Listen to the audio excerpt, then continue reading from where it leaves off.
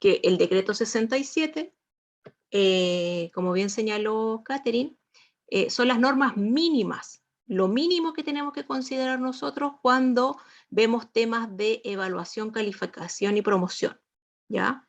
Y esto tiene que estar reflejado en los instrumentos que nosotros construimos, que son nuestras rúbricas, nuestras pruebas, nuestras pautas de trabajo, todo aquello que le vaya a implicar al estudiante una calificación, ¿ya? Que en este sentido en Chile hablamos de la nota del 1 al 7, ¿no es cierto? ¿Ya? Y como ustedes saben, nosotros no llegamos y diseñamos las pruebas porque sí. Nosotros diseñamos las evaluaciones porque estamos respondiendo a los indicadores de evaluación que están declarados en los programas de asignatura, ¿ya? Y estos indicadores de evaluación van asociados a esos OA, ¿ya? Y a la vez también el decreto 67 nos dice que el proceso evaluativo tiene que ser transparente, tiene que ser un proceso tranquilo, tiene que ser un proceso que se dé dentro de un clima de confianza, ¿ya? Entonces es muy importante que nosotros analicemos desde el punto de vista de la didáctica, ¿ya? Cómo construimos instrumentos evaluativos, ¿ya? Tiene que haber una coherencia muy clara entre lo que nosotros enseñamos y las actividades que hacemos en clase. Tienen que conversar con lo que yo al estudiante lo voy a evaluar, con lo que yo al estudiante le voy a poner su calificación en un momento, ¿ya? Que no sean ítems sorpresa o preguntas que el estudiante a lo mejor nunca ha desarrollado, ¿ya? Porque no es la idea pillar al estudiante, sino que el estudiante aplique todo lo que fuimos viendo en el proceso. Y en ese proceso, recuerden que nosotros vamos evaluando de manera formativa, ¿ya? Y esa es una forma de dar respuesta a este decreto, ¿ya? Como les digo, cuando ustedes crean una evaluación, tienen que dar respuesta a este decreto y tienen que dar respuesta al reglamento de evaluación y promoción del establecimiento educacional al que pertenece, ¿ya? Y todo esto está diseñado dentro de las políticas públicas educacionales. Este documento fue elaborado por el Ministerio de Educación, principalmente a través de la unidad de currículum y evaluación. ¿Y qué señala este decreto? Que es muy importante que todo profesor maneje, ¿ya? Bueno, también comentarles que este decreto existe desde el año 2018, pero por contextos de pandemia, por el contexto de emergencia sanitaria, se hizo imperante que se pusiera en ejecución. Entonces, así como a partir del año 2020, marzo del 2020, este decreto se puso en acción, ¿ya? Derogando a los antiguos decretos, al decreto 511 de la enseñanza básica, al decreto 112 de los primeros y segundos medios, y al decreto 83 de los terceros y cuartos medios, ¿ya? Eso es lo principal que ustedes tienen que saber. O sea, en este proceso de práctica en el que están ustedes están respondiendo a el decreto supremo 67, ¿ya? Y anteriormente, años atrás, ustedes hubiesen tenido que evaluar con el decreto 511. ¿Cómo se logró llegar a este proceso? Primero que todo, se hizo un sistema consultor a partir del año 2016, ¿ya? También se le hizo consulta a los expertos que están in situ en los establecimientos educacionales, como los jefes técnicos, los directores, los profesores diferenciales, ¿ya? Especialistas de las asignaturas, al colegio de profesores. Se hizo las consultas porque ellos están en la realidad, ellos están en el día a día, ellos y ustedes están identificando necesidades evaluativas día a día en sus contextos escolares, ¿ya? También se hizo una revisión bibliográfica que se ha escrito con respecto a la evaluación en los últimos años, ¿ya? A nivel nacional, a nivel internacional. Es muy importante qué datos hay ahí, qué conclusiones hay en ese tipo de documento, ¿ya? Después se hizo una revisión por el Mineduc, ¿ya? Por el Consejo Nacional de Educación, para finalmente llegar a la oficialización de este decreto. ¿Y cuáles son los focos centrales que tiene que considerar usted como profesora o profesor al momento de construir un instrumento evaluativo? usted tiene que tomar en cuenta que la evaluación es un proceso pedagógico, ¿ya? No verlo como un proceso administrativo, ¿ya?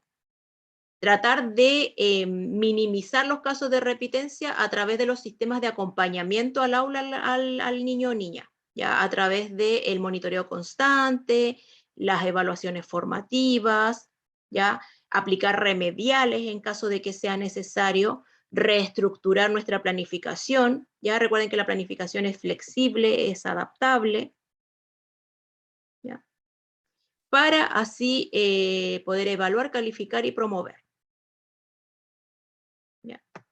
Vamos a considerar dentro de este decreto que es muy importante que la evaluación nos permita dar fe o evidenciar. Ustedes son agentes certificadores del proceso evaluativo. Usted certifica que el estudiante tiene las competencias para seguir avanzando en su proceso, ¿ya? También una retroalimentación, que seamos capaces de que el estudiante pueda analizar o verificar el impacto sobre su propia práctica. Y usted como profesora o profesor también tenga ese espacio, ¿ya? Y también ver la evaluación como nuevas instancias de aprendizaje, ¿ya? A través del error yo puedo aprender nuevamente, a través de la retroalimentación puedo aprender nuevamente, a través de la revisión colectiva puedo aprender nuevamente, ¿ya? Entonces, no solo ver la evaluación como un proceso final, sino como un proceso que tiene varias etapas, que nos sirve para monitorear, para ir tomando decisiones, ¿ya? También poner énfasis, como les dije anteriormente, en la evaluación formativa. ¿Por qué? Porque también son parte del proceso pedagógico y no se pueden separar, ¿ya? El monitoreo constante, la retroalimentación, que ustedes lo tienen bastante inserto, ustedes cuando se expresan lo manifiestan bastante bien, ¿ya? También este decreto nos dice que evitemos las exhibiciones, ¿ya? Si hay algún estudiante que por algún factor médico o alguna documentación que presenta antecedente se exime de alguna asignatura, que no es tan prudente, sino que hacer adaptaciones para que el estudiante pueda rendir sus evaluaciones o que pueda participar de la asignatura haciéndole las adaptaciones pertinentes al caso, ¿ya?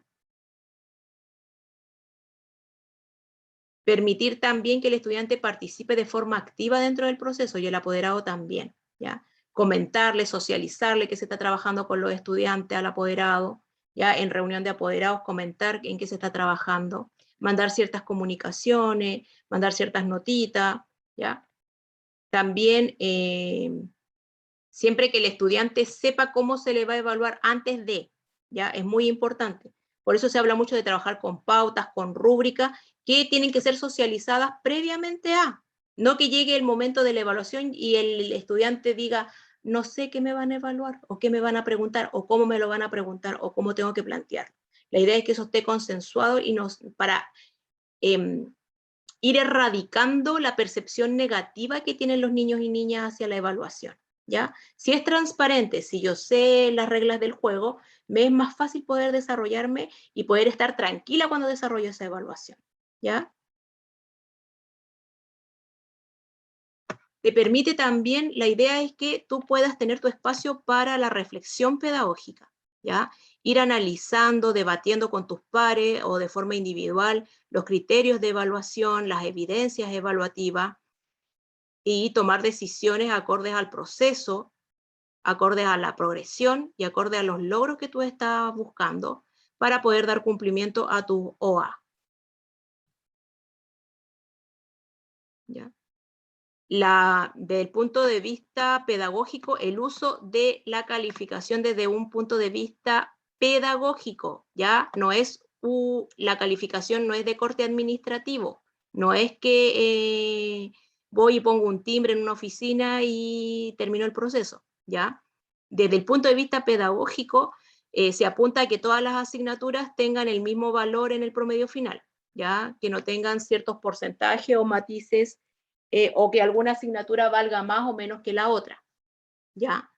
Que la cantidad de calificaciones como las ponderaciones sean acordadas entre el docente y el equipo técnico pedagógico. Por lo general esto se da a principio de año, el jefe técnico te da a ti las ponderaciones y te da a ti el número de calificaciones que tienes que tener en función del número de horas que tiene tu asignatura, ¿ya? Porque tenemos que saber que las asignaturas tienen diferentes cargas horarias, ¿ya? Lenguaje y matemática tienen más horas, historia y ciencias naturales un poquito menos, y las artes un poquito menos, ¿ya? También tienen que ustedes tener en consideración cómo activan o qué mecanismos elaboran para poder evitar los casos de plagio o copia, ¿ya? También nos dice que la promoción la promoción de los estudiantes tiene que ser con un porcentaje de asistencia igual o superior al 85% y las notas superiores al 4,5 o al 4, ¿ya? Pero igual hay una salvedad de que también aplicamos criterio, ¿ya? Y la persona que aplica criterio, porque cada estudiante tiene distintas situaciones, distintos sustentos argumentativos que pueden avalar por qué no tiene la calificación o el porcentaje de asistencia a lo solicitado, y el director o directora del colegio aplican criterios y también ellos pueden decidir si el estudiante pasa o no pasa, a pesar de que tenga menos del porcentaje solicitado, ¿ya? De la mano con un plan remedial para poder nivelar a ese estudiante el año que sigue. ¿Ya? Algunas investigaciones sobre repitencia, sobre lo cual se sustenta este decreto 67, nos va diciendo que no es muy recomendable, porque recuerden que para hacer este decreto hubo una fuerte revisión bibliográfica, ¿ya? De nivel nacional y de nivel internacional. Entonces, considerar ver todas las aristas de una posible repitencia, ¿ya? Porque esto trae más que todo dificultades más que beneficios, ¿ya? Ya que no es aumenta la posibilidad, el niño al repetir una y otra vez, aumenta la posibilidad de deserción escolar o ausentismo escolar, ¿ya? Socioemocionalmente empiezan a surgir sentimientos de frustración, de humillación, de miedo, actitudes negativas hacia el contexto escolar. También van existiendo, como estos estudiantes al repetir en cuanto a edad hay una variación en cuanto a la edad, ¿ya? Se van generando ciertos fenómenos de aislamiento de los pares, episodios de soledad, ¿ya? Entonces el estudiante empieza a ver socioemocionalmente hablando el colegio como un sinónimo de fracaso. Y económicamente también significa un costo para el Estado, un costo para la familia, ¿ya? Y al haber una posible deserción o un posible indicador de ausentismo escolar y deserción escolar por repitencia, también vamos limitando la movilidad social de estas personas, porque a menor nivel de estudio, menores son las capacidades para las posibilidades de conseguir un buen trabajo o conseguir un salario acorde a las necesidades que nosotros tengamos.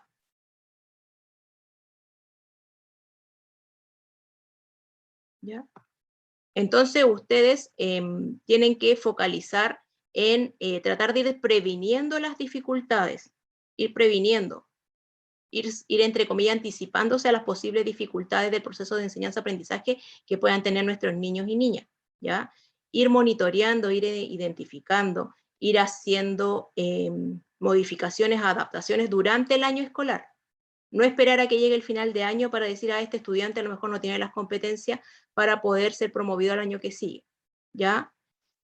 Y a final de año ya se toman las decisiones de promoción en torno a las calificaciones, a la asistencia, se aplican criterios, se analizan los caso a caso, ¿ya? Se ve si se cumple o no con los criterios, ¿ya? Y se toma la decisión de repitencia o no repitencia. Independiente de que se decida que el niño repita o no, hay que tomar en cuenta que ese niño sí o sí, en cualquiera de las dos condiciones, sea repita o sea promovido, igual tengo que tener un programa de acompañamiento para el año siguiente y un seguimiento para el año siguiente, ¿ya? No hay que dejarlo solo.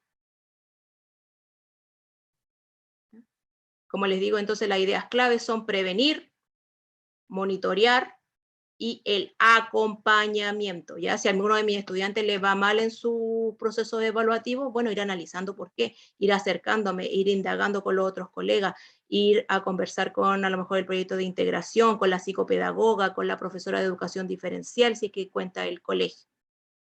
¿ya? Eso es lo que ustedes tienen que tener en consideración.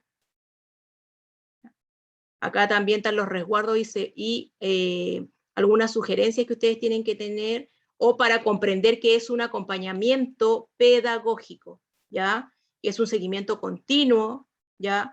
Sustentado en la comunicación, sustentado en las altas expectativas que tengan ustedes como profesores, ¿ya? Establecer actividades interesantes, desafiantes, significativas para el estudiante, tomar en cuenta las características y necesidades de sus estudiantes, fomentar el trabajo cooperativo o colaborativo. Ya eso también es muy importante, que el estudiante no se sienta solo, que los niños... por eso yo soy de la postura más de trabajar en duplas o grupos mayores, ¿ya? Porque yo necesito que ustedes tengan la interacción con su par. Necesito que ustedes discutan con su par para poder ir construyendo, porque si no se quedan con una visión demasiado sesgada de lo que estamos abordando, ¿ya?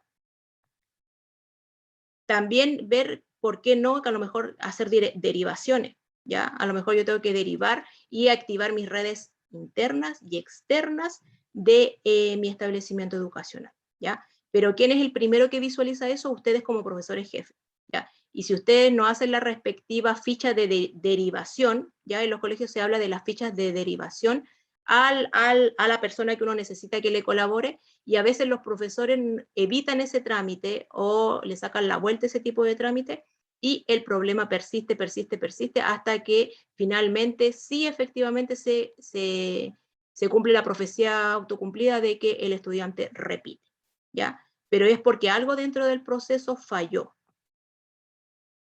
¿ya? Acá hay algunas conclusiones que ustedes pueden analizar, ¿ya? Acá están los reglamentos, las normas, ¿ya? Lo que tiene que ver algunos cuadros de síntesis, ¿ya? Cuáles son las formas que yo puedo evaluar a mi estudiante, ¿ya? La alternativa A dice que estemos evaluando constantemente todas las actividades y al final al estudiante se le evalúa en función de un portafolio, de un dossier de actividades que se hayan hecho durante la asignatura, ¿ya? También la alternativa B dice que vayamos alternando actividades formativas con actividades sumativas, entregándole diferentes porcentajes.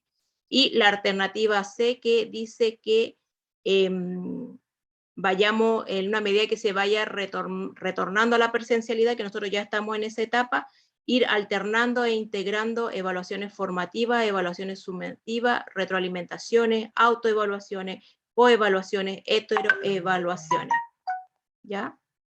Acá hay un cuadro sináptico, un cuadro de síntesis, ¿ya? Donde ustedes pueden ir viendo.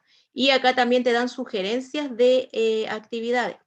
¿Qué tipo de actividades tienen que ver con el punto de vista formativo? Los mapas mentales son muy útiles, elaboración de portafolios o pequeños dosieres, trabajar con rúbricas donde el estudiante sepa qué es lo que se le va a evaluar, los famosos tickets de salida, que son medios verificadores para ustedes, y al estudiante le da la retroalimentación de que me puedo ir tranquilo a mi recreo, me puedo ir tranquilo porque ya cumplí, ¿ya? Sacarle provecho al texto del estudiante, llevar bitácoras de aprendizaje, complementar los estudios con algunos programas educativos como los elaborados por Educar Chile, ¿ya? Tomar en cuenta la suma de las evaluaciones formativas, ¿ya? Porque todas esas evaluaciones formativas o actividades pequeñas igual tributan al cumplimiento de los OA, ¿ya? Que las evaluaciones sean significativas e integradoras, que las evaluaciones tengan un valor pedagógico. Separémonos de la evaluación de corte administrativo, ¿ya? Aún hay algunos profesores que confunden esto, ¿ya? Es pedagógico para que el estudiante aprenda, para analizar qué competencias desarrolló, qué indicador de evaluación cumplió, qué objetivo de aprendizaje logró. No si se saca, no solamente, sacó un 4, y es bueno, malo, o es inicial, avanzado, ¿ya? No es para rotular o categorizar a nuestros niños y niñas. Siempre es un fin pedagógico que me va a permitir a mí tomar decisiones, hacer cambios, traer nuevas ideas a mi sala de clase, ¿ya? No es un agente de diferenciador la evaluación, ¿ya? no es para yo segregar quiénes son los buenos y quiénes son los malos del curso, ¿ya? También se apunta mucho a recopilar la información que me entregue esta evaluación, tanto desde el punto de vista digital, a través de formularios Google Drive, a través de plataformas, ¿ya? O también a través de evaluaciones de lápiz y papel. ¿Ya? Bueno, aquí hay un punto de cómo transformar, si están trabajando por porcentaje o por conceptos, cómo eso en algún momento se puede traducir a una nota cuando lo requieran, ¿ya? Los niveles de aprendizaje, ¿ya? Es muy interesante y todo esto ustedes lo pueden encontrar en la página de Currículum Nacional, ¿ya?